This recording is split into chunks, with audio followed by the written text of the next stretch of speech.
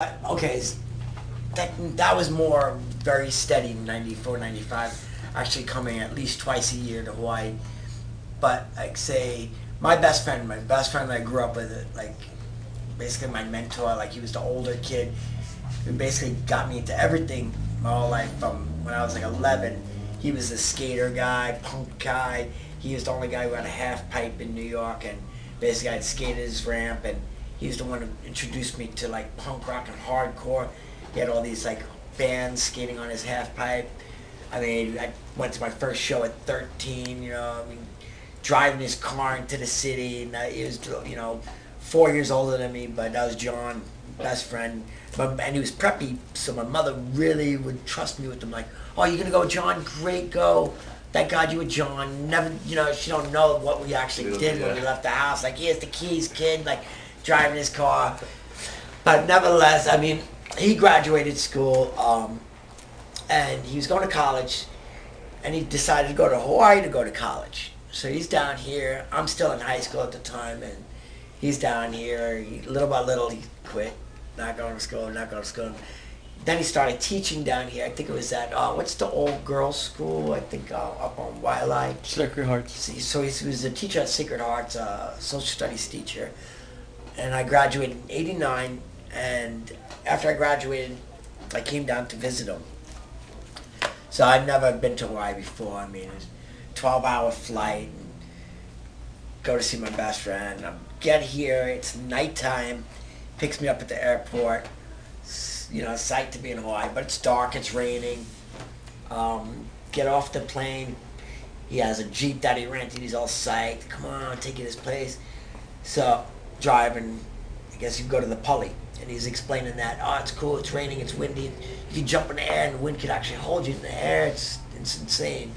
Cool. So we're going there, get there. We're actually walking up, and we see these two local kids run down past us. Not thinking nothing of it, like whatever, it's cool. We get there, he's up at the front, by the front railing, and I'm kind of like to the left where the handicap railing is, and all of a sudden, like, I'm hearing like kind of like drums, and to the left in the mountains I see like, torches. I don't know nothing. I'm straight from New York. I knew nothing about Hawaii culture or anything. Like, I guess from the movie North Shore, Soul Howley, he didn't even know he was Howley. That was me right there. So I'm like, oh, what the fuck is that? Like, and I'm like, how the fuck is those torches lit with this wind? That's kind of nuts. Like, and they're moving quick, and you hear the drums, and he's seeing it, but we're not really like close to each other. So we're both looking at it, but we're not really talking to each other. And with that, those two local kids run back up, and they're like, what the fuck you guys doing? Guys, get the fuck out of here. Those are the night marches. Get the fuck out of here. So they're running. So I don't know what the fuck night marches are, but when I see two local kids running because they're scared, I'm running with them. I don't know what it is, but I'm going with them. So run with them, get in our car, get the dig out, and as we're driving down, I see like fireballs, and I'm like, I don't know, I'm delirious, what the hell I'm seeing, getting off a 12-hour flight. So now the next day, and he was like, he's like, I don't know what the fuck that was, but he's like, I'll never talk about that again. And to this day, if I ever try to bring it up with him, he's like, I told you I won't talk about that. He's not really a superstitious guy, and like, he just, freaked him out, I think, and he don't want to talk about it, but he did go to school and asked the students, and he's like, I found out what night marches were, talking about like the ancient spirit, the ghost, and this, that. I said, all right, so we went up there the next day to see where we were at nighttime, and seeing the cliffs and everything, and there was no way that anybody could walk as fast as I seen those torches, and it was just, it's like seeing them now from being in Hawaii so long, and then laying down and stripped naked and show your respect and all that. Is I didn't know that, but tell you, it just didn't feel like fear or anything like that. It's definitely I think more of a respect, and I don't know, I felt greeted. I felt like I was being greeted, and that's why I can't explain. Even like people ask, why did you move to Hawaii? And been around the world, been beautiful spots all around the world, and it's hard to explain when you can see beautiful things, but my soul is at home here. When I got off the plane, is just that feeling, and that's all the way to describe where at that time in '89 when I was here, and it's just I wanted to move to Hawaii. I wanted a family here, and it was like just that aloha spirit of the extended, you know, ohanas with your aunties and uncles, and you know, it's like that's what I want.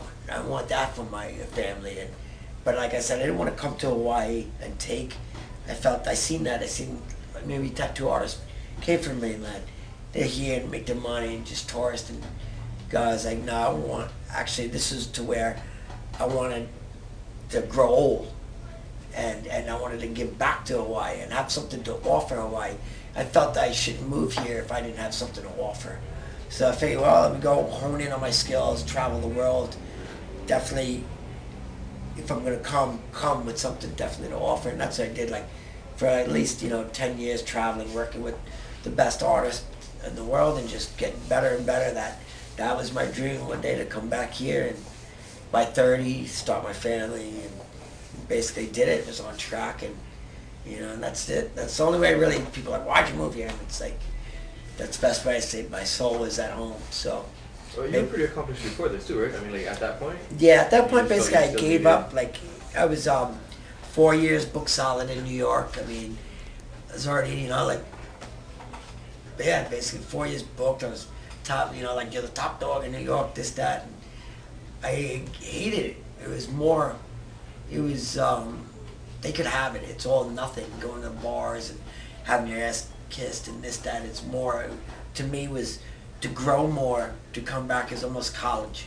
Like, all right, I want to not necessarily learn how to tattoo Polynesian, but as a tattoo artist, I should know what the meanings are.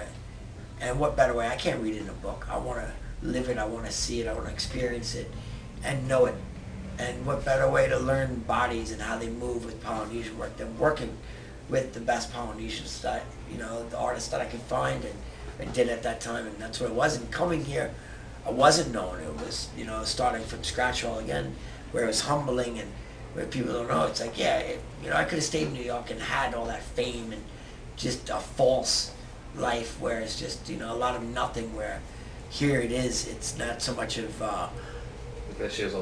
quantity, it's quality. Here it's, it's quality life where it grew and started from, basically doing a kanji day to building up what I got now again, but it was humbling, and definitely, to me, it was like going back to college, going back to school, and it was, yeah, needed it. And there's plenty of people, that feel like they'll say that maybe they were here, like Hawaiian in a past life, and they just have that calling, or they just get here. And yeah, I don't know necessarily like home. That. I mean, I think, definitely there's old spirits. I definitely feel like I'm an old spirit or something, but something was that, something drew me here. And I think we're all kind of doing what we're meant to be doing. I think definitely now being in Hawaii, my son and everything, all the people around me, this is definitely where I was meant to be. So, if I wasn't, also, hey, I'd love to fucking sit here and be like, fuck yeah, I was an old fucking Hawaiian warrior, sure. 7, 8 foot tall, fucking beating Cook over the head with a fucking club, and yeah, I'd love to sit out. That was my old spirit, but it's in your heart right there. But yeah, I'm 5'2", but inside I got that 7 foot fucking warrior in me. Yeah, and even like the story I touched on a little bit about like the right people, like you just found the right people too. Yeah. And I think that's definitely, with everything is humbling. I learned that. I think everybody should travel and all that. That's that humbling, experience, traveling and being open to it, being open to the right people, and not being, walls up and, cockiness or thinking who you are. It's, trying to impose your world. That's like taking it's it like, from no, it's like I can learn from everybody, and just humble yourself, and I'm here. I'm a visitor.